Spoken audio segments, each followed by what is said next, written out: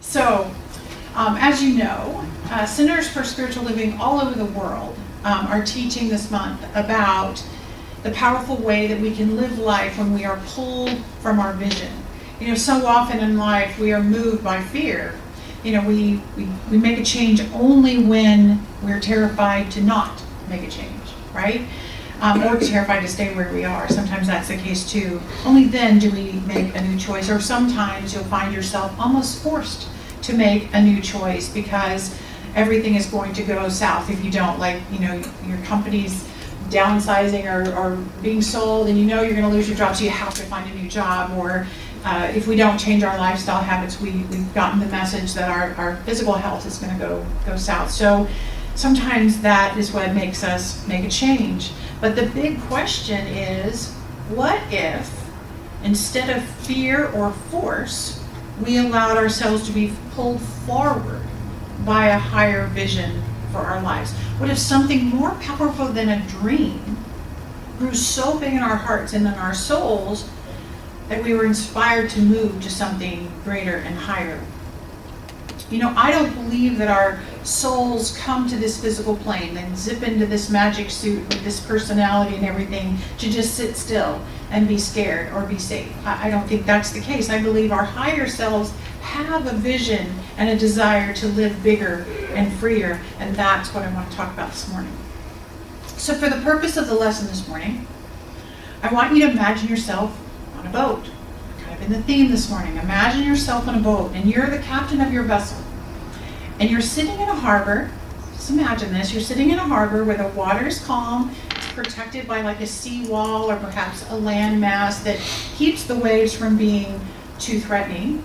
And the boats around you are familiar, and you're familiar with all the landmarks around you, and night after night, day after day, the same small waves just kind of rock you to sleep. You know, seasons come and seasons go, and you remain safe in the harbor, surrounded by the life that you've grown accustomed to. But one day you wake up and you go out on your deck and you kind of stretch yourself into the morning, and all of a sudden, out of the corner of your eye, you realize there's something new. There's something new. There's an unfamiliar boat and an unfamiliar person who's also enjoying their morning cup of coffee. And then, after a friendly wave, you start a conversation. You're curious as to who is this person and where have they come from during the night, right? And the neighbor starts describing the ports and the destinations and the adventuresome places that you've never seen. You know, and it all sounds very exciting, but it also sounds very uncertain. So you begin instead to tell your neighbor all about this harbor, all about your beautiful harbor, you know, getting out, you know, the description of the beautiful scenery and the calm waters, and you point out the boats with the friendly people and the great fishing and all of that. And he's excited to hear about your life here too, and so he settles in to enjoy himself, and you're happy to have this friendly new neighbor. But a few days later, you notice there's movement on the deck next door. Your new neighbor is doing the unthinkable. He's pulling up his anchor and preparing to leave. Wait a minute, why are you leaving? What happened? Don't you love it here? Don't you feel safe here? Has something offended you? You know, after reassuring you that there's nothing wrong with this place, he lets you know that he simply is being pulled to a new adventure. And then he shares a quote that you will never forget. It says, "A ship in a harbor is safe, but that's not what ships are built for." So which character in the story do you relate to more? Are you the kind of person who feels safe in a harbor in life, in a certain job, a house, a relationship, or a pattern, or whatever, and you just put down your anchor and indefinitely to kind of wait for the threat of a storm or something else that forces you to move? Or you'd like the new neighbor, you know, happy to be where you are, but also open to continuing to sail and be inspired by a new vista. It's a balancing act, isn't it? It's a balancing act. You know, every boat in life has sails or rows or motors or something that allows the boat to move, but it also has an anchor. It has both. It has the ability to stay, and it has the ability to go. And it takes a discerning captain to know when is it time to do which, right? I think there was a song by the Clash that says, should I stay or should I go now, right? I should have had you sing that. Should I stay or should I go? So how do you know? How do you know when it's time to stay or go? I think you know when you have a vision for what is next, for what's next. And then you have to ask yourself, is your commitment to your vision greater than your resistance to change? So if you were with us a few months ago, you know we talked about thinking up a vision for ourselves.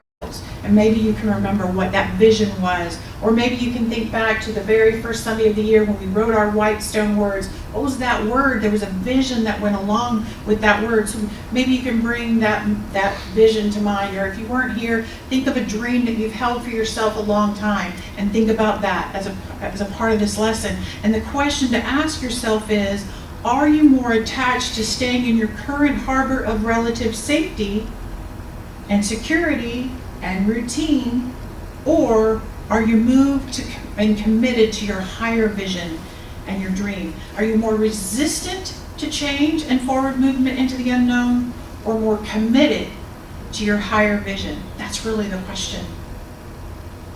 So recommitting to change requires you to re-examine your why. Your why. Why is your soul calling you forward to leave your current harbor? Because when you really look at the why behind your dreams, behind your white word, behind whatever it is, white stone word, whatever it is, your why is always about your soul desiring a greater connection with the wholeness of the divine, that oneness of expression. And it can be worded in a lot of different ways, but the words are usually qualities of God we talk about around here. My why is, I want more peace in my life. I want more peace. My why is, I want to experience more love. I need to be more full of life. I desire more strength and vitality. I need more joy and laughter. All of those are whys that have to do with spiritual qualities in your life.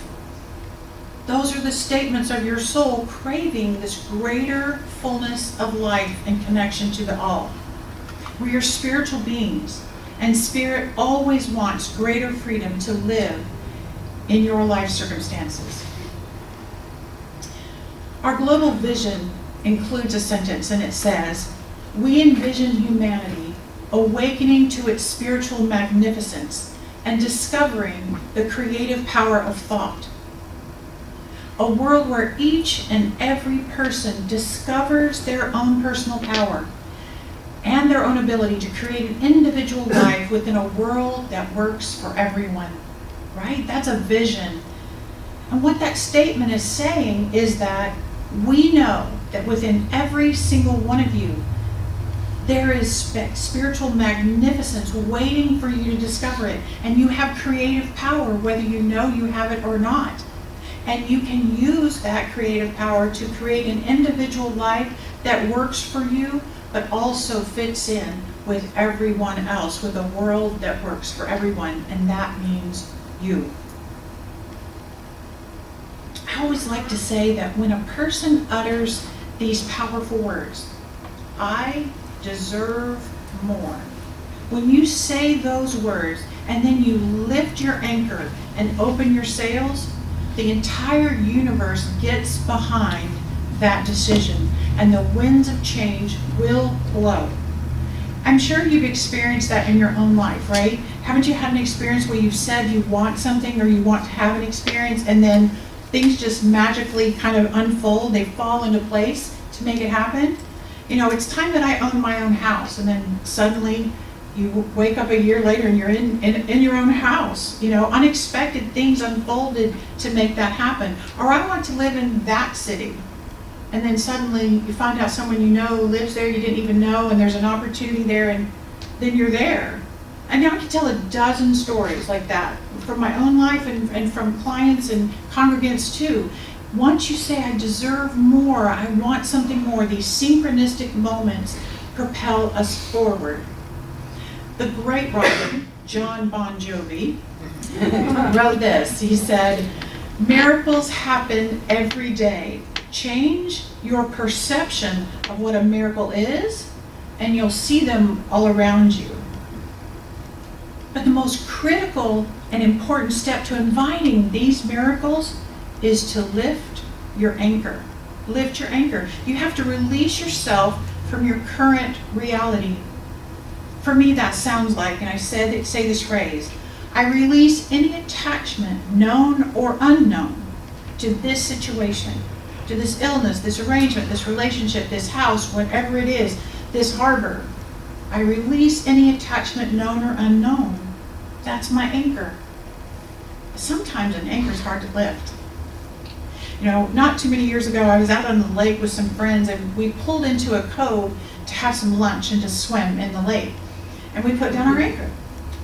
And after a few hours of eating and swimming and playing, we're ready to take the boat back to the marina, right? And so we go to lift the anchor. It doesn't lift. It's like we're pulling and pulling on it. It doesn't move. And one of us dives down to see if we can figure out what the anchor is hooked to, and can't dive down deep enough, so that's not going to work.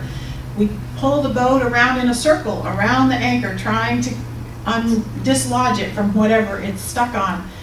Well, we still had to get the boat back, so we had to make the very hard decision to cut the rope of the anchor. We had to cut it. And we didn't want to do that because we didn't really want to have to replace the anchor. But when we took the boat back to the marina, the guy said, oh, that happens sometimes because there are trees. You know, when they made the lake, the trees are down at the bottom, and anchors will get stuck in the trees and you can't get them out. So we didn't have to buy a new anchor. But sometimes an anchor gets caught on something and it doesn't want to leave, and that's true of life. Sometimes we get our courage up to pursue our vision, and we go to pull on our anchor and we find that we're stuck. It doesn't seem to move a bit. There's something from the past holding us in place. That proverbial fallen tree is underneath the water of our life, and we don't even know it's there. And life seems to get attached to our staying in one place. People get attached to our staying in one place. We get attached to staying in one place. You know, part of us is ready for new horizons, and part of us wants to just stay right here, right here. So what do we do? What do we do? Most of us start hushing our souls. Shh, don't dream those big dreams. Things are going to change if you do that. Stop. We have a tendency to slip into probability thinking. Once we get very clear on what our souls are wanting, we start to comb our past events and experiences for evidence that what we're holding in possibility is even probable or safe. We start to calculate the averages to see if such a change is actually going to unfold. Basically, we let our human minds strangle the life right out of our visions, right? That's our anchor. Let's talk about that. What is holding you in place? You know, I believe that there's two sides to an anchor. One is regret, and one is worry. One is fear of the past, and one is fear of the future, right? Our anchor of regret is firmly in place when we're stuck because of things that happened in the past. We look back and we see a relationship that didn't work, or a loss that was unexpected, or a disempowering experience that seemed to overwhelm the strength that we had at the time. That's that regret. We look back and see choices we didn't make or didn't make well, and we allow all of that to paralyze us and hold us right where we are. Fear of the past repeating itself. That's an anchor. But the other side of the anchor is worry. Worry or fear of the future. I'm afraid because I won't have what it takes to move beyond this current harbor of safety. I'm worried. I worry that this will happen or that will happen. I have enough right here, but there may not be enough somewhere along the way with someone else doing something else. Let me just hunker down right here and ride out this thing called life. If I can just sit tight, I won't push my luck. The past wasn't too great, so I bet the future won't be too great either, so I'm just going to stay right here. But we have to remember what Ernest Holmes wrote in the textbook. He said, because we fail to realize that principle is not bound by precedent, we limit our faith to that which has already been accomplished, and few miracles result. There's that word again. What does that mean? Principle is never bound by precedent.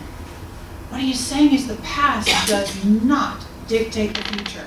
Looking back at the past for evidence limits us from stepping fully into a wholly new experience of possibility.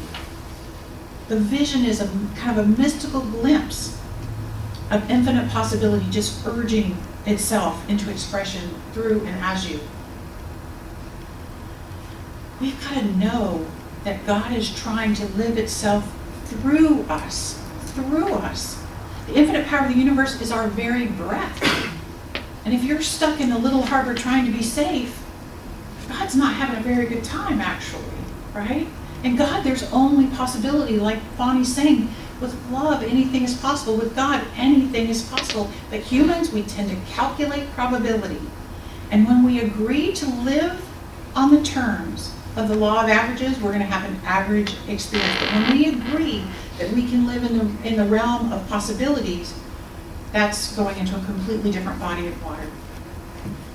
Dr. Joseph Murray wrote this book called The Power of Your Subconscious Mind, and he said, if you set up resistance in your mind to the flow of life through you, the emotional congestion will get snarled up in your subconscious mind and cause all kinds of negative conditions. Your anchor is the emotional congestion of fear in your subconscious mind. That's what it is. And this fear causes all kinds of things, including stagnation and lack of growth. You know, fear is certainly understandable, isn't it? It's understandable. You know, I work with clients, and one of the questions I always ask them is, do you know anyone at all, who has ever experienced your dream? Anyone. And most of the time they can name someone, sometimes someone they know or someone famous, because they got the idea from somewhere, right? So they have an idea of someone doing it. But if they say no, then I ask, do you know anyone at all, who has ever felt the way you want to feel by having the experience that is your idea? And the answer is always yes. Yes, I know someone who has felt love the way I want to feel loved, or free the way I want to feel free, or strong the way I want to feel strong. Yes, I can identify that. So then I say, you have identified one possible path to that love, to that strength, to that joy that you want. You've thought of one path. But are you open to letting Spirit delight you with a whole nother way of navigating to that feeling that you want to have? Do you really care if the single path that you thought of is the path you take? Or can you surrender and let the universe deliver your method of getting it in whatever way it deems possible?